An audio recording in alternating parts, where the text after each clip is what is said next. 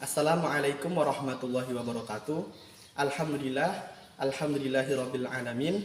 Wassalatu wassalamu ala asrofil anbiya wa mursalin sayyidina wa maulana Muhammadin wa ala alihi wa ashabihi ajmain. Amma ba'du. Yang saya hormati guru pembimbing Ibu Rina Amalia dan jajaran guru Pondok Pesantren Darul Istiqomah yang saya hormati. Perkenalkan, saya Muhammad Deni Saputra yang pada saat ini akan mempresentasikan makalah saya yang berjudul Haji dan Umroh dalam Perspektif Fikih Islam. Makalah ini dibuat sebagai syarat kelulusan kelas 12 Pondok Pesantren Darul Istiqomah. Makalah ini dilatar belakangi oleh beberapa hal, dimulai dari pengetahuan umat Islam bahwa haji adalah rukun Islam yang kelima. Ibadah haji dan umroh adalah perjalanan spiritual yang menguji iman, kesabaran, dan ketekunan kepada Allah Subhanahu wa Ta'ala. Keduanya mirip maknanya, tapi berbeda hukum, waktu, dan rukunnya.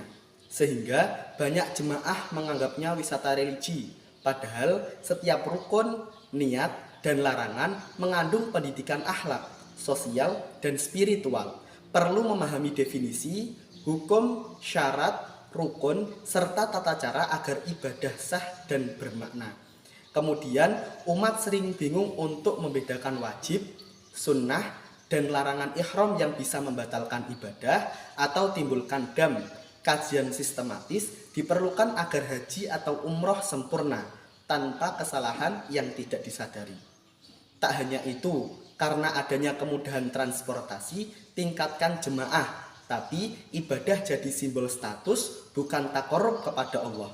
Pahami macam haji untuk pilih sesuai kemampuan, hindari kesalahan dam. Dari latar belakang tersebut, rumusan masalah yang disimpulkan adalah bagaimana definisi, hukum beserta dalil, syarat, rukun, macam-macam, tata cara, perkara wajib dan sunnah, larangan, macam dam, serta hikmah dan keutamaan haji dan umroh menurut ajaran Islam. Dengan tujuan untuk menguraikan secara komprehensif definisi, hukum beserta dalil, syarat, rukun, macam-macam, tata cara, perkara wajib dan sunnah, larangan, macam dam, serta hikmah dan keutamaan haji dan umroh sesuai syariat Islam. Definisi haji dan umroh. Lafal haji boleh dibaca haji ataupun hiji. Haji secara bahasa berarti menyengaja atau niat teguh. Sedangkan secara syariat ialah fokus menuju Ka'bah untuk menunaikan ibadah haji. Umroh secara bahasa berarti mengunjungi tempat ramai. Sedangkan secara syarak ialah menuju Ka'bah khusus untuk beribadah umroh. Hukum haji dan umroh. Haji hukumnya fardu ain atau wajib. Sedangkan umroh hukumnya sunnah muakkad. Haji wajib sekali seumur hidup kecuali nazar atau qadha. Sebagaimana firman Allah dalam Quran surat Al-Imran ayat 97 yang artinya di dalamnya Ka'bah terdapat tanda-tanda kebesaran yang nyata, di antaranya makam Ibrahim. Barang siapa memasukinya maka dia akan aman. Haji ke Baitullah adalah kewajiban bagi manusia yang mampu menempuh perjalanan ke sana, dan barang siapa mengingkarinya maka sungguh Allah Maha Kaya dari kebutuhan terhadap seluruh alam. Adapun pembagian hukum haji berdasarkan keadaan terbagi menjadi 5. Yang pertama fardu ain, yaitu wajib bagi muslim yang memenuhi syarat. Yang kedua fardu kifayah, seperti haji untuk meramaikan Ka'bah setiap tahunnya. Yang ketiga sunnah, seperti haji anak kecil, budak, atau orang mampu dari jarak lebih 2 marhalah dari Makkah.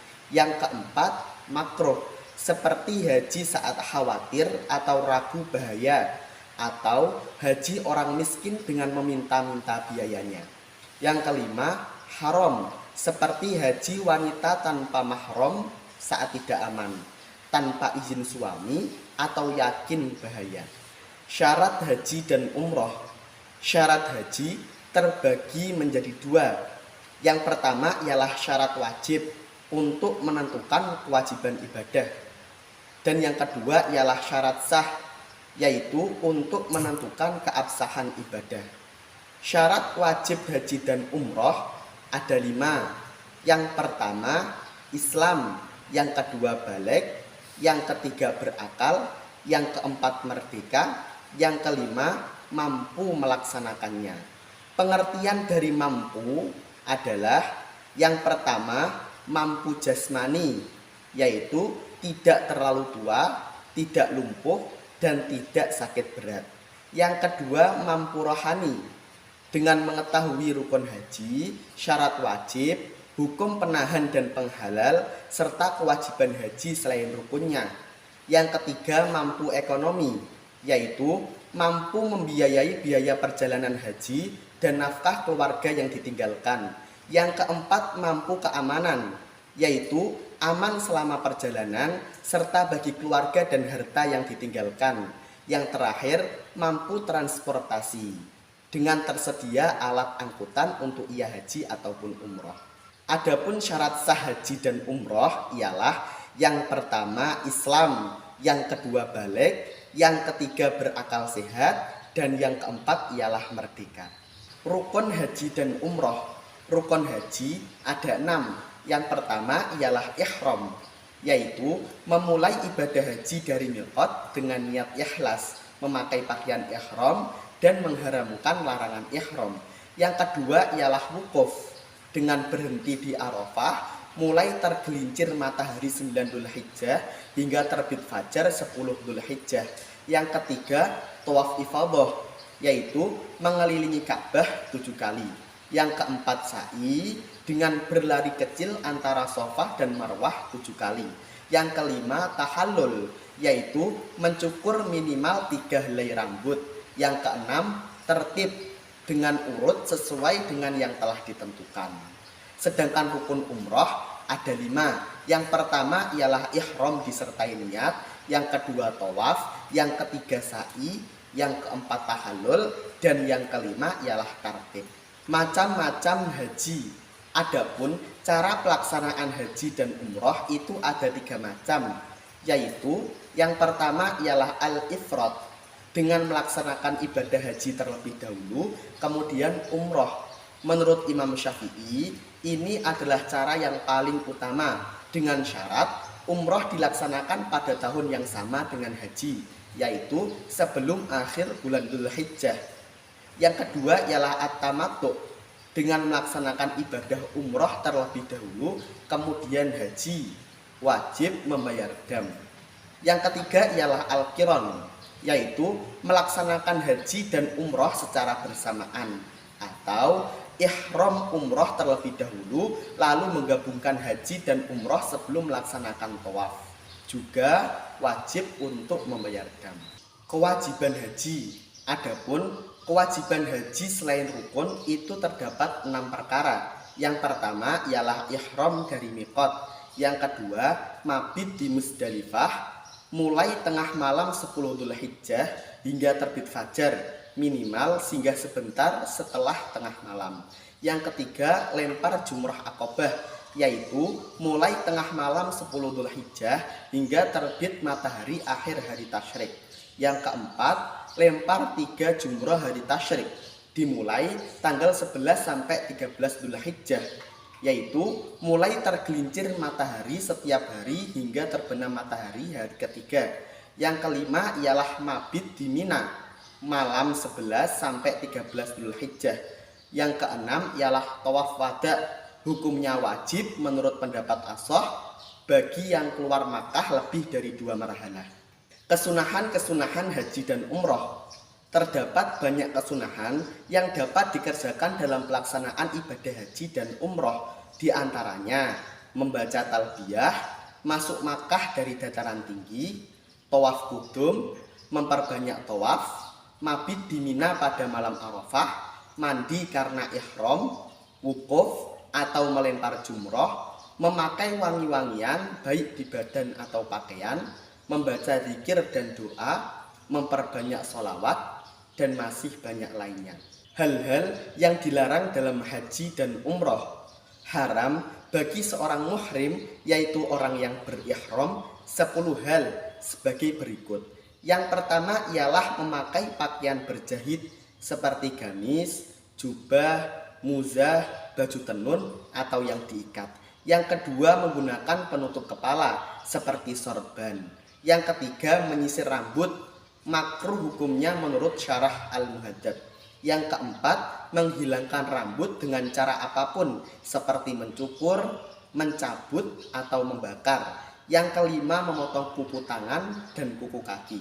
Yang keenam, menggunakan minyak wangi seperti misik atau kapur dengan sengaja.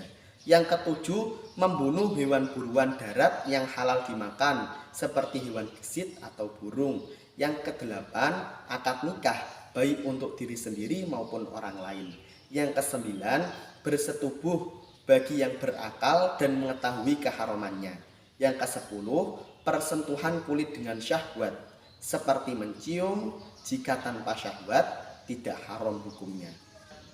Dam menurut bahasa berarti darah, sedangkan menurut syariat merupakan denda atas pelanggaran saat melaksanakan ibadah haji. Dam haji terbagi menjadi 4 jenis. Yang pertama ialah dam tartib wa takdir, yang kedua dam tartib wa takdil, yang ketiga dam tahyir wa takdil, dan yang keempat ialah dam tahyir wa takdir. Dam tartib wa takdir. Dam ini wajib dalam 5 keadaan. Yang pertama, orang yang melakukan haji tamattu. Yang kedua, ketinggalan wukuf di Arafah. Yang ketiga, haji qiran. Yang keempat, ketika meninggalkan salah satu dari kewajiban haji. Yang kelima, tidak melaksanakan nazar. Dam tartib wa takdil. Dam ini diwajibkan pada 2 orang. Yang pertama muhsor, yaitu orang yang tercegah untuk menyempurnakan rukun haji atau umroh karena ada salah satu sebab. Yang kedua, orang yang merusak hajinya dengan melakukan jima. Dam tahyir wa takdil. Dam ini wajib dalam 2 keadaan. Yang pertama membunuh binatang buruan, yang kedua memotong tanaman. Dam tahyir wa takdir. Kewajiban dam berada pada 9 keadaan. 1. Mencukur rambut. 2. Memotong kuku. 3. Memakai pakaian berjahit. 4. Menutup kepala. 5. Memakai minyak kepala atau rambut. 6. Memakai minyak wangi. 7. Bersentuhan disertai nafsu. 8. Jima kedua setelah rusaknya haji. 9. Jima di antara tahallul pertama dan kedua. Denda yang harus dibayar. Dam tartib wa takdir. Fidyah dam tartib dan takdir adalah kambing yang mencukupi untuk kurban. Jika tidak mampu, maka puasa 10 hari, 3 hari saat melaksanakan haji, dan 7 hari ketika sudah pulang ke daerah asal. Dam tartib wa takdil. Dari kasus pertama, wajib baginya tahallul dengan menyembelih seekor kambing lalu mencukur rambut disertai niat. Kasus kedua, kafarat yang harus dibayar adalah unta badanah, unta yang sudah berumur 5 tahun. Jika tidak mampu maka wajib membayar sapi, jika tidak mampu maka 7 kambing. Dam tahyir wa takdil, boleh memilih salah satu dari 3 hal. Yang pertama, bersedekah dengan binatang sejenis. Yang kedua, membeli makanan seharga binatang yang sama dengan binatang yang dibunuh dan disedekahkan. Yang ketiga, berpuasa sejumlah mud. Dam tahyir wa takdir, boleh memilih salah satu dari 3 hal. Yang pertama, menyembelih kambing. Yang kedua, puasa 3 hari. Yang ketiga, sedekah makanan 3 sok pada 6 orang miskin. Setiap orang miskin mendapatkan setengah sok. Hikmah dan keutamaan. Terdapat banyak hikmah dan keutamaan dalam haji dan umroh. Di antaranya, yang pertama ialah menghapus dosa. Yang kedua, haji sebagai jihad bagi kaum wanita. Yang ketiga, sebagai pahala yang tak tertandingi. Yang keempat, jemaah haji dan umroh adalah tamu Allah. Yang kelima, menghapus kemiskinan dan dosa. Yang keenam, doa di tanah suci sangat mustajab. Yang ketujuh, menambah keimanan dan ketakwaan. Yang kedelapan, menguatkan ukhuwah Islam, dan masih banyak lainnya. Dari pembahasan tersebut dapat disimpulkan bahwa haji dan umroh merupakan ibadah maliyah sebagai rukun Islam kelima, juga manifestasi keikhlasan total kepada Allah Subhanahu wa taala dengan rangkaian syarat, rukun, wajib, sunnah, larangan, serta dam sebagai sanksi pelanggaran.